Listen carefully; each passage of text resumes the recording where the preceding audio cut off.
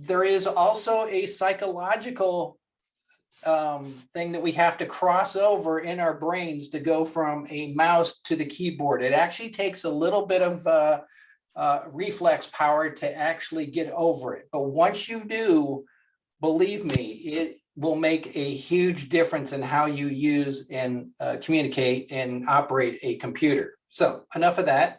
Let's jump into the keyboard.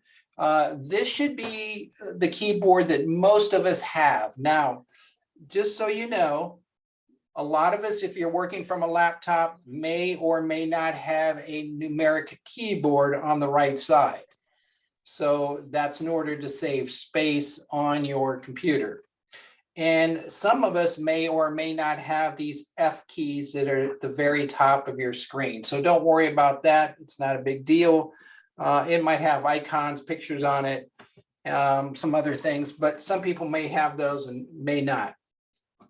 So let me just go through some of the basics key.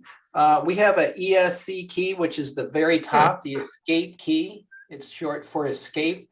That means when you're in something, you're in a program, or maybe the picture's blown up on your screen, you say, well, how do I get back to what I was working on? And what you can do is hit escape, and it will reduce that picture and you can go back to what you're working on. So escape gets you out of something that you were working on, okay? I use that pretty frequently. Print screen, we'll talk about that in a little bit, because I noticed that a lot of times when we're in classes, somebody whips out their cell phone and starts taking pictures of the screen. Well, that's fine if you want to do that, but it looks kind of awkward to us, but that's okay. It doesn't really bother any of us. But wouldn't it be easier just if you're on the computer, just take a print screenshot, and I'll show you how to do that. And we'll walk through. So when you're in a class and you want to maybe Wade or Norm or somebody's teaching a class, you go, well, that's really interesting. I like to get a screenshot of what they're talking about. You can do print screen. We, as the guides, the presenters, don't see that you took a screenshot, and it saves it in your photo area. So that's a really nice thing. And we'll talk about how to do print screen.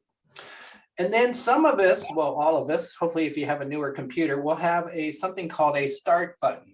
Don't go far. It probably doesn't say start. It actually has 4 windows on it, which is the Windows logo, which is right here. The 4 little windows, and most of us will have that at the bottom.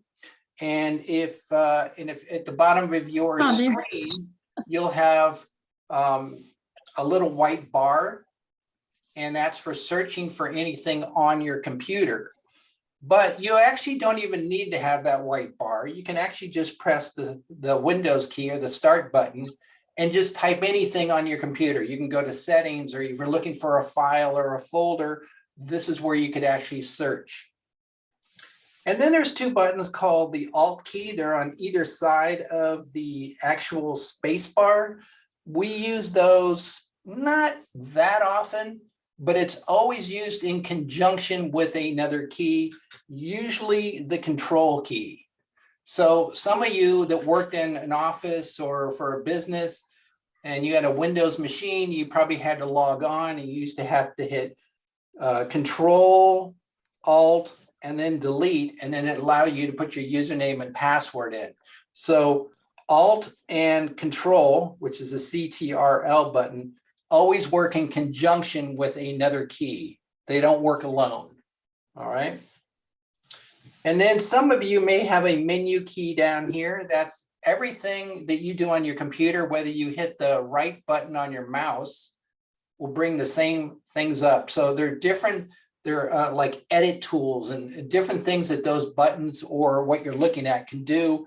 And the menu key allows you to do that. Most of us don't use those buttons. They usually right click if you're with your mouse, but we don't use that very often. So again, escape key for getting out of something, Control Alt, they work in conjunction with other keys. The window key allows you to search for things.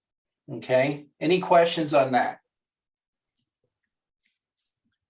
All right. When did you have a question, or you're just looking around? Okay, all right. Just want to make sure. It looked like you kind of had your hand up. All right. So here, I warned you. Here we go. It's Friday afternoon, and we got a quiz coming at us. Oh my goodness, this guy's wearing us down. Okay. So this is easy stuff.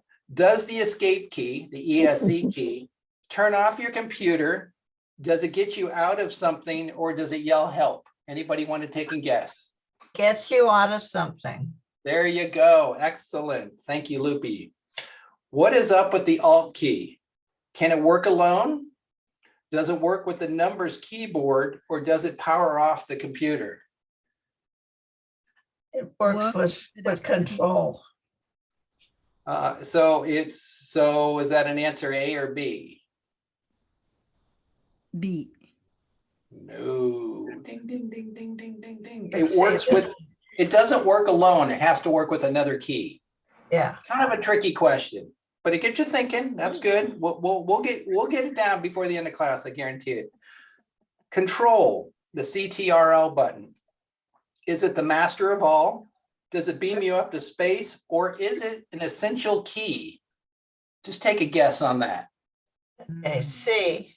C, you're right. Absolutely, it is C. It is an essential key. We use the control key quite often. The Windows key, remember the one with the 4 flags on it, the Windows or start button? Does it close the blinds? Does it open the start window? Or does it open the door in your home? B. B, there you go. And it opens up the start window. Correct. So we did really well. Excellent. Thank you for your participation. There'll be more of these popping up along the way. Oh, goodness. All right. So the old classics, these are the ones that most people use most frequently. These are the things that most people use on their computer. Alt-Tab. Alt-Tab is, well, you're working on your computer. Maybe you've been at it for 45 minutes, an hour, maybe more. I don't know. And you don't know what's open on your computer. You're going, where, you know, I knew that I had that open a while ago. Do I have to reopen it again? Well, maybe it's already open. Maybe I didn't close it. Well, if you hit the Alt-Tab button, you can actually move from window to window to window. So let me show you. I'm going to hit Alt-Tab. And I can actually get around my computer and actually see what's open. I can see different programs, different apps that are already open that I can switch to. Okay. So you can look at if you're on your computer now, you could hit the Alt, the ALT button and the Tab button. And so you keep your finger on the Alt tab and just take your finger on the Tab button and just tap it. And it goes from window to window to window, still keeping your finger on that Alt tab. So you can play around with it. You won't lose me today. And you'll just come back to the GetSetUp Zoom window. Okay. Yeah, right. No. Oh, Go. Yeah. Okay. I didn't get that. Oh, I have to click in again.